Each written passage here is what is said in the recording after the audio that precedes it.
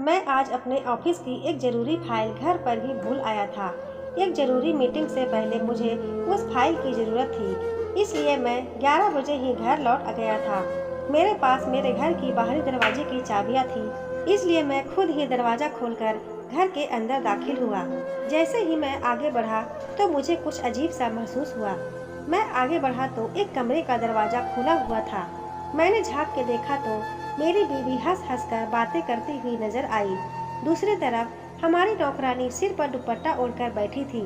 मैं जैसे ही आगे बढ़ा उन दोनों की नज़र मुझ पर पड़ गई। मैं और उनकी तरफ बढ़ा तो नौकरानी ने झट से अपने दुपट्टे से मुंह ढक लिया और भागने की कोशिश की। मुझे शक हुआ क्योंकि वो तेजी से भागी थी और मैं उसे पकड़ नहीं पाया, मगर उसका दुपट्टा मेरे हाथ में आ गया था। काम वाली ने अपना दुपट्टा छुड़ाने के लिए मुझे पीछे से मुड़कर देखा तो मेरी सांस ही अटक गई, क्योंकि नौकरानी के भेष में तो मेरा नाम रमेश है। मेरा जन्म एक अच्छे परिवार में हुआ था। मेरी शादी बड़ी धूमधाम से हुई थी। वैसे तो मेरी शादी घर वालों के पसंद से ही हुई थी, लेकिन जैसे जैसे समय बीतता गया तो मैं अपनी बीवी से बहुत प्यार करने लगा था। मेरा लखनऊ में से कानपुर ट्रांसफ़र हुआ तो मेरी बीवी भी जिद करने लगी कि मैं भी आपके साथ कानपुर जाऊंगी, क्योंकि शादी से पहले वो कानपुर में ही रहती थी। मैंने कोमल को बहुत समझाया, देखो कोमल, कुछ दिन यहीं पर रुक जाओ, मुझे फ्लैट को सेट करवाने दो, फिर मैं तुम्हें भी बुला लूँगा। लेकिन उसने मेरी एक ना सुनी। इधर मेरे माता पिता मुझसे नाराज हो रहे थे कि अपनी बीवी को तो हमारे पास छोड़ कर जाओ, लेकिन कोमल लाड में आके जिद करती रही तो मेरा दिल पिघल गया और फिर मैं उसे अपने साथ कानपुर ले आया था। कानपुर आने के बाद हमारे अच्छे दिनों की शुरुआत हो गई थी। हम दोनों खूब घूमते फिरते, होटल से ही खाना खाते, लेकिन वक्त के साथ असल जिंदगी की शुरुआत हो गई तो मुश्किल पैदा होने लगी थी। मैंने एक पॉश एरिया में घर किराए पर लिया था, लेकिन साफ सफाई न होने के कारण वो बहुत गंदा हुआ था। जब मैं कोमल को साफ सफाई करने के लिए कहता तो वह मुंह फुला कर बैठ जाती और कहती, मैं काम वाली मौसी हूँ या बेबी। मैं उसे समझाता था, नेहा भाभी और पायल भाभी भी तो काम करती थी ना, तुम कर लोगो तो क्या हो जाएगा। तो वह चिढ़ कर कहती, उन्हीं दोनों की वजह से तो मैं उधर ससुराल नहीं रुकी। वो खुद तो मशीन बनी हुई थी, मुझे भी मशीन बनाना चाहती थी। अब मैं उनकी इन बातों का क्या जवाब देता। मैं ऑफिस से आकर अकेले ही पूरे घर की सफाई कर देता। मेरे लिए इतना ही काफी था कि वो खाना बना देती थी। खाना जैसा भी बनता मैं खा लेता था। हमारा सब कुछ अच्छे से चल रहा था। जिंदगी में शांति ही शांति थी, लेकिन अचानक पता नहीं क्या हुआ, मेरी बीवी परेशान सी रहने लगी थी। बात बात पर गुस्सा हो जाती थी। एक दिन कोमल ने बताया, मुझे एक काम वाली मिल गई है। मैं कई दिनों से काम वाली को ढूंढ रही थी। वो बोली काम वाली 2 घंटे के लिए आएगी और घर की सफाई करके जाएगी। मुझे बड़ी खुशी हुई कि चलो अब मुझे घर की सफाई नहीं करनी पड़ेगी, लेकिन मुझे चिंता भी हो रही थी। मैंने कहा, कोमल ध्यान रखना, नौकरानी घर की सफाई करने आती है तो, लेकिन सफाया करके चली जाती है। मेरी बात सुनकर वो हंस पड़ी थी और बोली, आप चिंता मत करो, ऐसा कुछ नहीं होगा। अब एक बार फिर से घर में शांति आ गई थी। कोमल बहुत खुश और सज धज कर रहने लगी थी। मैं घर आता तो उसको बहुत खुश देखता था। मुझे ये तसल्ली हो गई थी कि चलो सब कुछ ठीक हो गया है। लेकिन एक दिन मैं ऑफिस की एक जरूरी फाइल घर पर भूल गया था। घर जाकर जो देखा उससे तो मेरे ही होश उड़ गए थे। ये सब मेरे लिए असहनीय था, इसलिए मैंने कोमल को एक कमरे में बंद कर दिया था। देर रात जब मैं लौटा तो कोमल ने जोर जोर से दरवाजा पीटना शुरू कर दिया। मैंने परेशान होकर दरवाजा खोल दिया और उससे पूछा, तो मुझे सीधे सीधे बताओ कि आज हमारे घर में नौकरानी के भेष में कौन मौजूद थी। तो वो बोली, आपको मेरी कसम है, पहले आप मेरी बात सुनो, फिर मैं आपको उससे मिलवा दूंगी। मैंने अपनी बीवी को एक मौका दे दिया था। मैं दिल से ही चाहता था कि वो मेरे सारी शंकाओं को झूठा साबित करे, क्योंकि मैं उससे बहुत प्यार करता था। कोमल ने अपने आंसू पोंछे और कहने लगी, रमेश, हम 7 बहनें और एक भाई थे। पिताजी दिहाड़ी मजदूर और माँ दर्जी थी। हम सब छोटे छोटे थे तो हमारे पेट भी छोटे थे। हमारा पेट माँ की सिलाई की कमाई से भर जाता था। जब हम बड़े हुए तो हमारी भूख भी बढ़ गई। अब कम खाने से हमारा कहाँ गुजारा होना था। माँ दाल बनाने का बर्तन चूल्हे पर चढ़ा देती और जी भर के दाल में पानी डाल देती, लेकिन हमें रोटी हम बार बार कम पड़ जाती थी। हम खाली पेट से ही उठ जाते थे। जब कई दिन तक ऐसी ही मुसीबत सहनी पड़ रही थी तो हमारी खाना खाने वाली चटाई तितर बितर हो गई थी। हम सभी भाई बहन एक दूसरे से खाना छीन कर खाने लगे थे। मेरा सबसे छोटा भाई अभय, वो खाना मुट्ठियों में भर लेता। हम उसे कुछ नहीं कहते थे। जब सब लड़ झगड़ कर उठ जाते तो वो अपने छोटे छोटे हाथों से रोटी के टुकड़े निकाल कर माँ को खिलाने लग जाता। जब माँ रोती जाती तो अभय अपनी कमीज के आंचल से माँ के आंसू पोंछ देता। मेरी सबसे बड़ी बहन 17 साल की थी और अभय 4 साल का था। ये जो उम्र का अंतर था सो बहुत ही खतरनाक था। बहन की शादी की उम्र निकलती जा रही थी, लेकिन गरीब घर की लड़की से कौन शादी करता है। अब हम बहनों को अभय से बड़ी आशाएं थी। हम दिन गिन गिन कर काट रहे थे कि कब वो जवान होगा और कब हमारी किस्मत खुलेगी। लेकिन जीवन का हर पड़ाव एक मृग जल रहता है। अभय जवान हो गया और हम सब बहनें पक्की उम्र की होती गईं। जब हम अपनी किस्मत पर रोते थे तो वो सबसे बड़ी बहन मीना के गले लग कर रो पड़ता। माँ अपना माथा पीट कर रह जाती।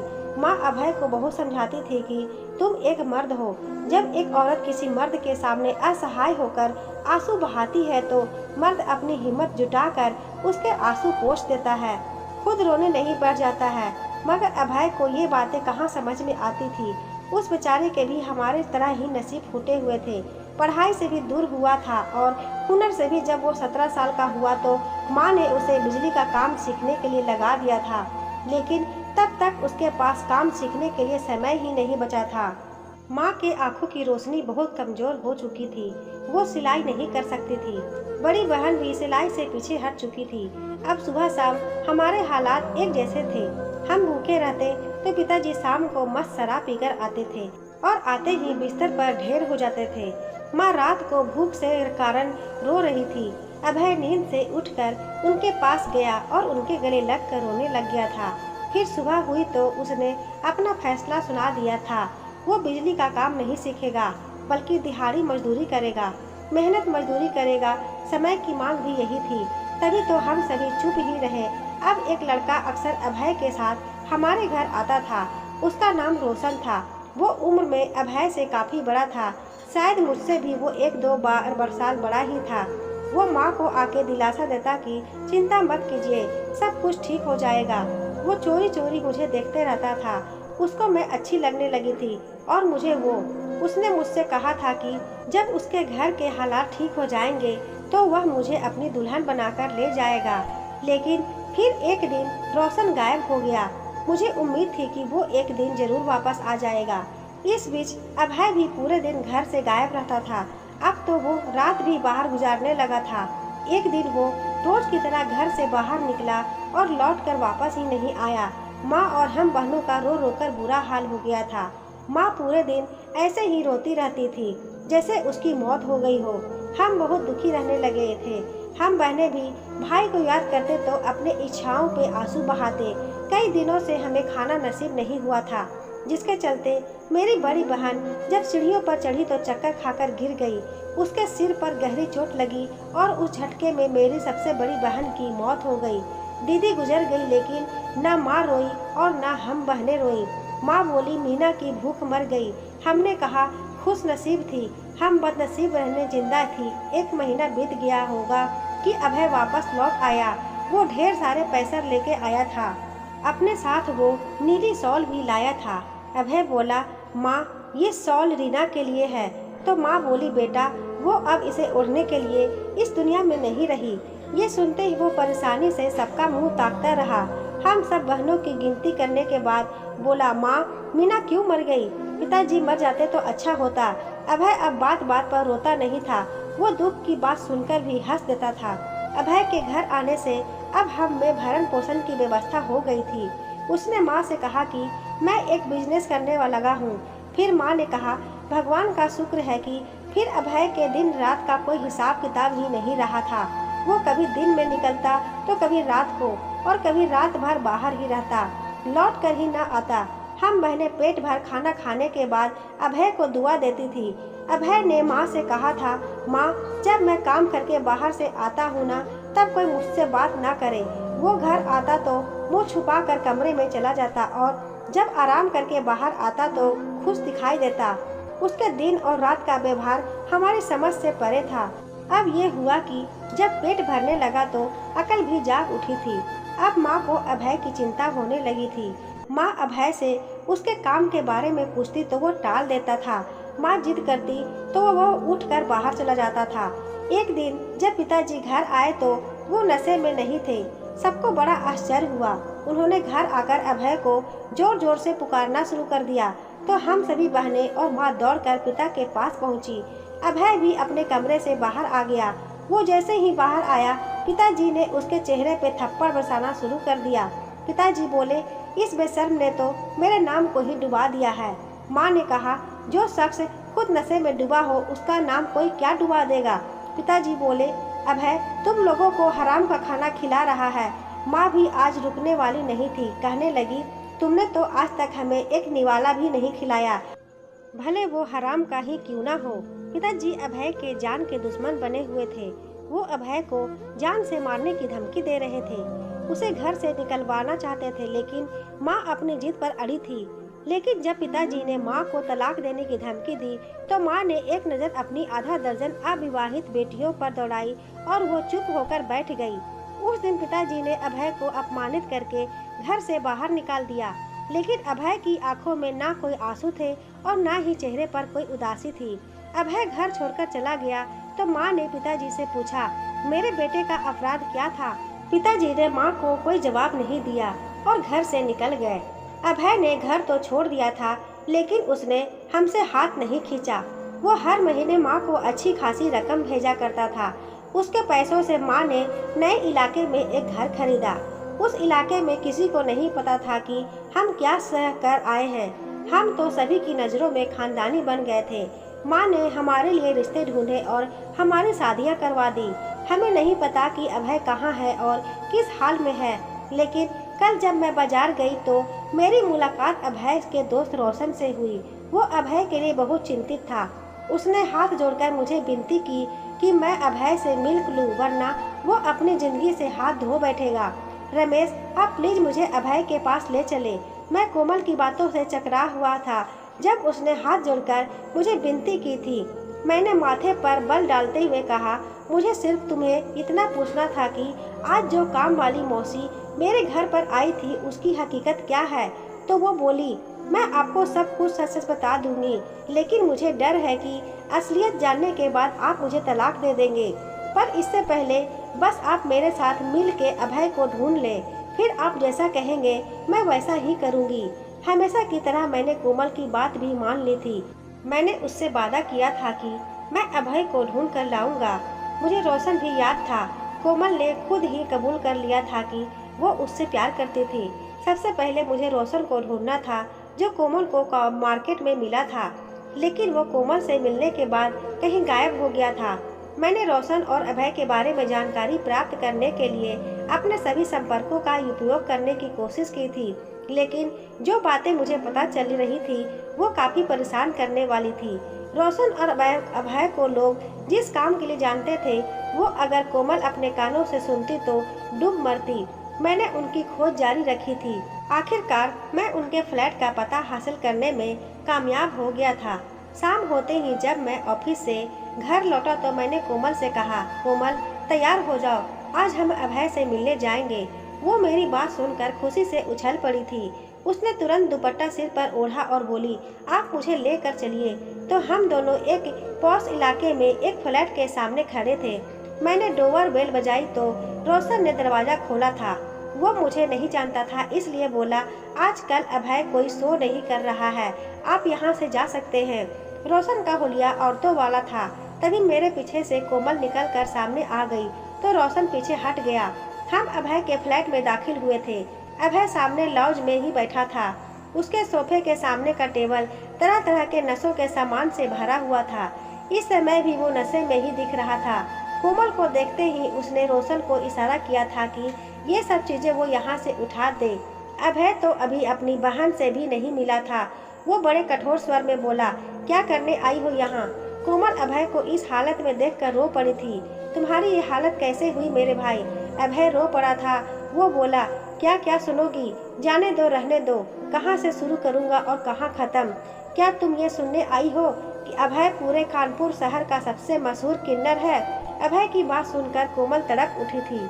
तुम्हें याद है ना कि मीना भूख से मर गई थी? तुम्हें तो याद ही होगा, लेकिन तुम ये नहीं जानती कि तुम्हारा भाई अभय भी भूख से मर गया था। उसके शरीर में एक नई आत्मा पैदा हो गई थी, एक किन्नर की आत्मा। घर में गरीबी थी ना, इसलिए रोशन ने मुझे कहा कि रात में लिपस्टिक लगाकर भीख मांगते हैं।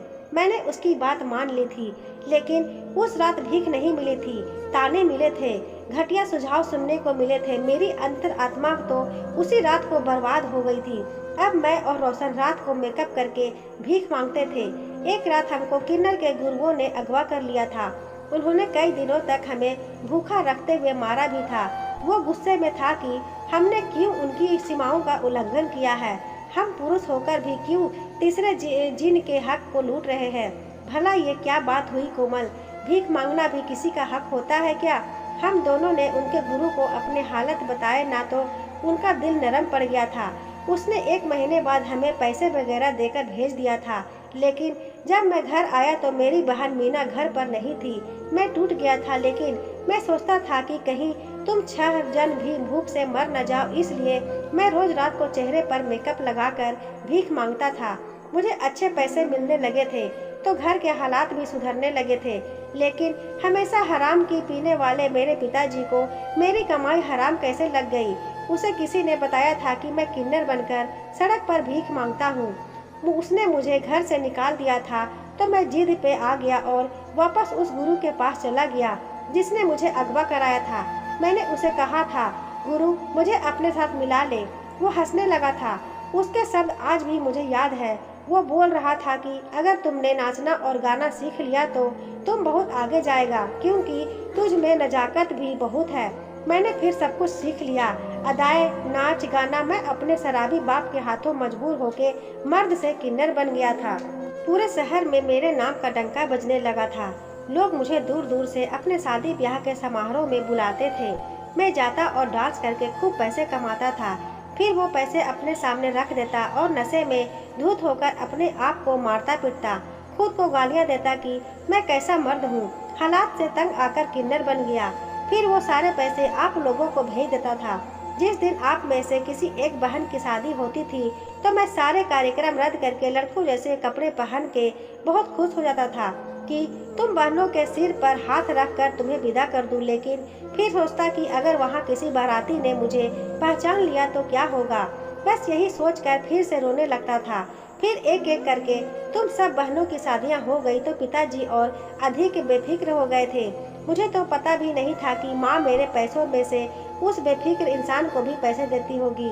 लेकिन क्या तुम्हें मालूम है कोमल, जब मैं एक समारोह में के मंच में परफॉर्म कर रहा था तो मेरी नज़र किस पर पड़ी? उस शख्स पर जिसे हम अपना बाप कहते हैं। वो नशे में धुत था। मेरे मेकअप के पीछे छिपे मेरे चेहरे को पहचान नहीं पाया था।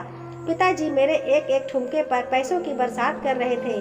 मैंने वो फंक्शन पूरा करने के बाद अपने पिता के कान में जाकर कहा, पिताजी मैं तुम्हारा अभय हूँ। क्या मैं आपको बता दूँ कि तुमने जन्म दिया है मुझे मेरे हराम के पैसे से, तो तुम बड़े इज्जतदार बन बैठे हो।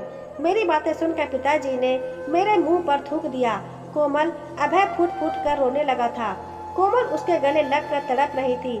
मेरी और रोशन की भी आंखें भीग गई थी। तभी अभय ने कहा, पिताजी ने उस बेटे के चेहरे पर थूक दिया जिसने उनकी वजह से अपनी मर्दानगी गंवा दी थी और अपनी इज्जत को मार डाला था। पिताजी ने हम सभी के साथ बहुत अन्याय किया है। तब मुझे पता चला कि माँ पिताजी को छोड़कर अपनी दूसरी बेटी के घर चली गई है, तो मैंने पैसे भेजने बंद कर दिए थे। अब तो खैर मैंने भी नाचना छोड़ दिया है, इसलिए मेरी ये हालत है। मैंने भाई होने का फर्ज निभाया है। मैंने अपने बहनों की शादियां तो कर दी है। अब मैं इसी पापी और अपमानजनक जीवन को छोड़कर सबसे छिप कर रहना चाहता हूँ। कोमल और अभय के चेहरे पर उनका दुख बड़ी आसानी से देखा जा सकता था। कोमल बोली, अभय तुमने हम सभी के लिए जो कुछ भी किया है मेरे भाई, उसका कर्ज हम पूरी जिंदगी चुका नहीं सकते। आज हम सब बहनें अपने अपने घर में खुशहाल की जिंदगी जी रहे हैं और तुम यहाँ किस मुसीबत से गुजर रहे हो। अभय तुम जानते हो क्या पिताजी भीख मांगने लगे हैं? एक दिन हमारे घर दस्तक हुई। मैंने जैसे ही दरवाज़ा खोला तो सामने पिताजी खड़े होकर भीख मांग रहे थे। मेरे भाई, मैंने उन्हें घर बुला लिया और कहा कि मेरे घर की सफाई किया करो तो तुम्हें 2 वक्त की रोटी दे दिया करूँगी। वो आते हैं, मेरे घर पर बड़ी मुश्किल से सफाई करते हैं। उनकी बूढ़ी हड्डियों में उतनी जान नहीं है कि वो काम कर सके, लेकिन मैं नहीं चाहती कि वो भीख मांगे। सारी जिंदगी उनसे मुफ्त में रोटियां तोड़ी है, तो क्या अब भी वो वैसा ही करें? मैं उनसे अब हम सबका हिसाब लेना चाहती हूँ। फिर कोमल ने मेरी तरफ मुड़कर कहा, रमेश, वो काम वाली मौसी के रूप में आने वाला शख्स मेरा बाप है। अब सारी हकीकत मेरे सामने थी। मैंने कोमल को माफ़ कर दिया था। मुझे ही अभय का बड़ा भाई बनना पड़ा। मैं उसको और रोशन को अपने साथ घर ले आया था, लेकिन जब डॉक्टर से बात की तो उन दोनों को नशा मुक्ति केंद्र में भर्ती करवाना पड़ा था, जहां पर हर हफ्ते उनका मनोचिकित्सक द्वारा भी इलाज किया जाने लगा। जीवन की बहुत ही कड़वी यादें उनके दिमाग में बैठ गई थीं, जिनको नई जिंदगी की शुरुआत करने के लिए मिटाना जरूरी था। मैं और कोमल हर हफ्ते उन दोनों से मिलने जाते हैं। उनमें बहुत तेजी से सुधार हो रहा है, जबकि कोमल अपने भाई के लिए रिश्ता ढूंढने में व्यस्त है। जहाँ तक कोमल के पिताजी का सवाल है, वह हर दिन हमारे घर की सफाई करने आते हैं। मैंने कोमल को माफ़ कर दिया है। क्या कोमल को अपने पिताजी को माफ़ कर देना चाहिए? तो दोस्तों, कैसे लगी आपको ये कहानी हमें कमेंट सेक्शन में कमेंट करके ज़रूर बताइएगा। कहानी अच्छी लगी हो तो वीडियो को लाइक करें, दोस्तों के साथ शेयर करें। चैनल पर नए हैं तो चैनल को सब्सक्राइब करें, बेल आइकन को प्रेस करें ताकि जब भी मैं कोई नई वीडियो अपलोड करूं नोटिफिकेशन आपको सबसे पहले मिल सके। मिलती हूँ ऐसी ही एक और नई कहानी के साथ। धन्यवाद।